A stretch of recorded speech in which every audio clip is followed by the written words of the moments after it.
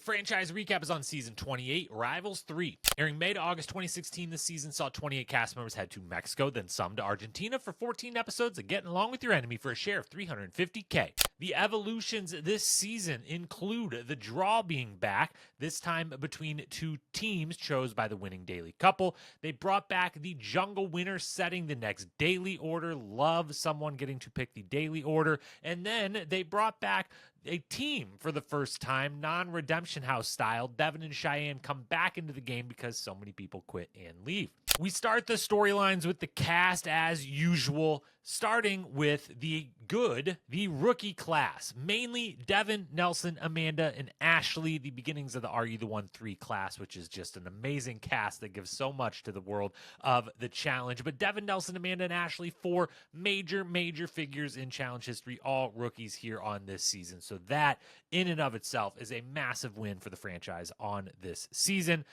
Overall, the rest of the cast, and particularly the pairings, felt a little set up for Bananas and Sarah to dominate. Gotta say, not a ton of competition. The other couple teams that really stood out were Wes and Teresa, and this season definitely was meant to continue the Wes versus Bananas rivalry, which it absolutely does. And the other team then is Leroy and Avery, who seem on paper like a pretty good opponent, but unfortunately they are the first in a string of people to leave over injuries or DQs.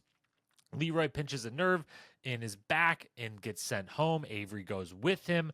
Then there is Brandon, who quits, and we get the iconic "Hope to see you never" line from TJ. Then Thomas has an emergency back home and has to leave, and he quits, taking his partner with him. That's when Devin and Cheyenne re-enter the game. And then Tony and Camilla get in a drunken fight after Johnny and Vince, unfortunately, wake very drunk Tony up to deal with drunk Camilla, and that goes horribly. They are both DQ'd.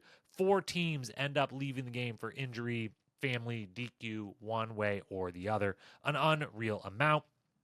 There isn't really notable romance to say here. There is maybe a couple teams here that go from enemies to really good friends again, but nothing that's really a major storyline. And then competitively, there is a little back and forth. The Johnny West thing is real. Wes is, playing from the bottom and doing a really good job of it for the most part up until eventually does get eliminated. But really, this is Sarah and Johnny dominating from start to finish. And the couple of times they don't win, they win 4 daily challenge. They win 4 of the 8 daily challenges. One of the other winners is Vince and Jenna. Vince isn't voting for Bananas. And the other 3 times, they somehow get them, the team that wins, to not say their name, not even put them in the draw, which is pretty masterful political work for someone who's sitting there as a 5-time champ and Sarah a many-time finalist. But they do, and they don't go into a limb. They go to a final, and they dominate there as well. We'll come back to that.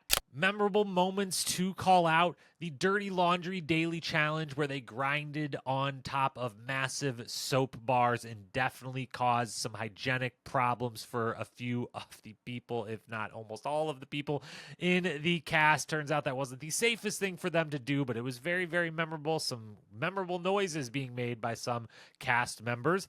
Ashley Millionaire Mitchell has her first meltdown over thinking that Jamie, who she is hooking up with, I guess is one of the romances I could have mentioned there, she thinks he is now hooking up with Nicole. She gets very upset, has her first of many meltdowns in challenge history for Ashley in a bar one night. Then there is a big verbal argument between Nicole, Kellyanne, Camilla, and Nany that is quite impressive to see the 4 of them just all love a good argument, those 4, and they have one together. Meanwhile, Johnny and Tony are secretly eavesdropping, listening, and right as it's over have to act like they weren't as those 4 women walk around the corner. It's a fun little moment. TJ's, of course, I already referenced, but his iconic "Don't take care, hope to see you never" when Brandon quits, basically saying he misses his girlfriend, he misses his home, and he's not super feeling this. Brandon, who also doesn't do the skydive on the first daily that we thought was a daily, but really was just to enter the season, do a skydive. So that guy obviously was never brought back. Vince In typical Vince fashion, we see him for 2 seasons and thankfully no more. He slams Thomas through a table. He's very proud of himself for that and then doesn't get kicked out for it. And he later bullies Cheyenne. It's really gross. It's bad. Devin does stand up for her, which is kind of nice and is just your typical bus drama gone wrong into a really, really not great place from him. But then, of course, the biggest moment of the season, what it all led to, and the thing everyone thinks about with this season and why sometimes this season could be overestimated in a lot of people's eyes, is the end. We get to the final. There's 3 teams there, Devin and Cheyenne, Jenna and Vince, Johnny and Sarah. Those first 2 don't really stand a chance versus Johnny and Sarah. They kick everyone's butt. They get to the end. It's told in advance, right at the start of the final, hey, you're doing this together. There's a point system. At the end, one of you, whoever has more points, will get to choose to take all of the money or split it with your partner. Devin and even Vince splits the money with Jenna. Johnny, who has been assuring Sarah the whole time they will, of course, split the money, does not. Very famously, takes the money and runs. Sarah crumbles, deservedly so, completely in shock, and bananas after the 2 of them had, the most fun. They were the story of the season for sure. They're, being friends again, him getting over the betrayal, but not the biggest betrayal in the world. I mean, it's a betrayal for sure that happened back on X's too, but he steals the money. She is devastated, and it's an iconic moment in challenge history, and it's one of, the most memorable of all time.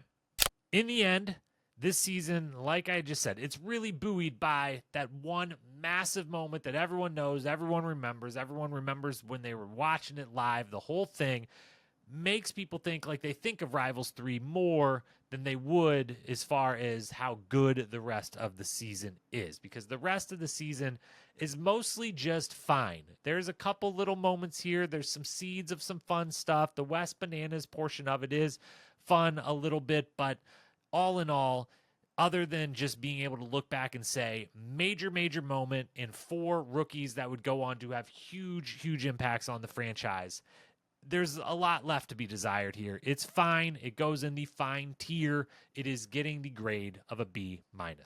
Thanks so much for watching. Don't forget to subscribe so you don't miss out on the Battle of the Eras coverage coming up very soon here. Check in tomorrow as we're on to 29 Invasion of the Champions.